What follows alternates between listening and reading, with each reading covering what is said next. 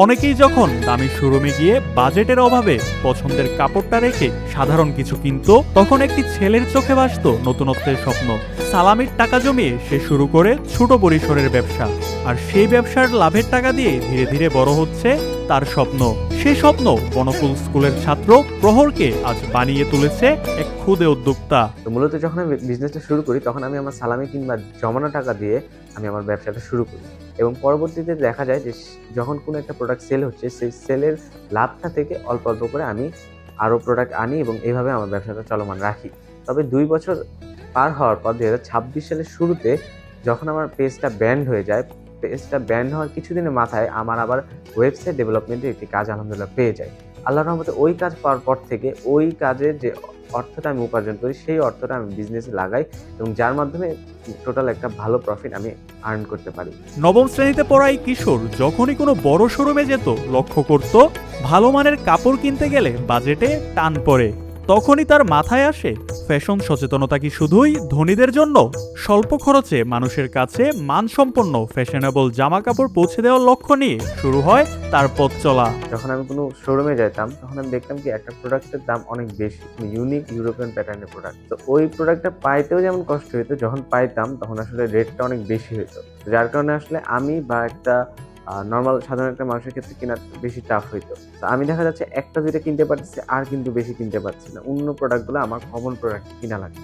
কাজের আইডিয়া নিতে সে ঘুরেছে একের পর এক ইন্ডাস্ট্রি। যখন সমবয়সীরা ফেসবুকে রিলস দেখে বা গেম খেলে সময় পার করছিল, তখন সে ব্যস্ত ছিল কাজ শিখতে। তখন চিন্তা করলাম যে বাংলাদেশের মানুষের যে এই ফ্যাশন জিনিসটা আছে, এটা যদি আমি একটু ডেভেলপ করতে পারি, ইউরোপিয়ান প্যাটার্নটাকে আনতে পারি, তাহলে হয়তো বা এই ফ্যাশনটাকে আমি ডেভেলপ করতে পারবো। তো এটা নিয়ে আমি মোটামুটি রিসার্চ শুরু করি, এবং কিছু এলাকার সিনিয়র ভাই ছিল, তো তাদের থেকেও অনেক সাজেশন নিই। স্কুলে অনেক টিচার ছিল, তাদের থেকেও সাজেশন নিই। এইভাবে দেখা যায় যে আমি সাজেশন নিয়ে বিভিন্ন ফ্যাক্টরি ভিজিট করি, তাদের সাথে আবার একলাও যাই।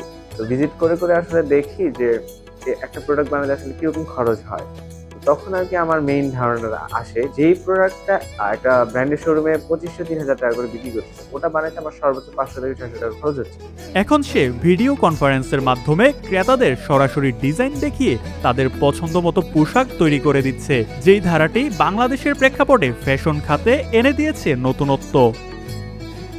এক ব্যাকগ্রাউন্ডের মধ্যে কোন মানে হোয়াইট ছাড়া আর কোন কালারটা সুন্দর লাগবে একটু যদি দেখাইতেন, যদি রেড কিংবা ইয়েলো টাইপের কিছু একটা, তাহলে আমার ভালো লাগবে। রেডটাই বেটার লাগবে। আচ্ছা দিয়ে দেখান তাহলে আমাদের একটু।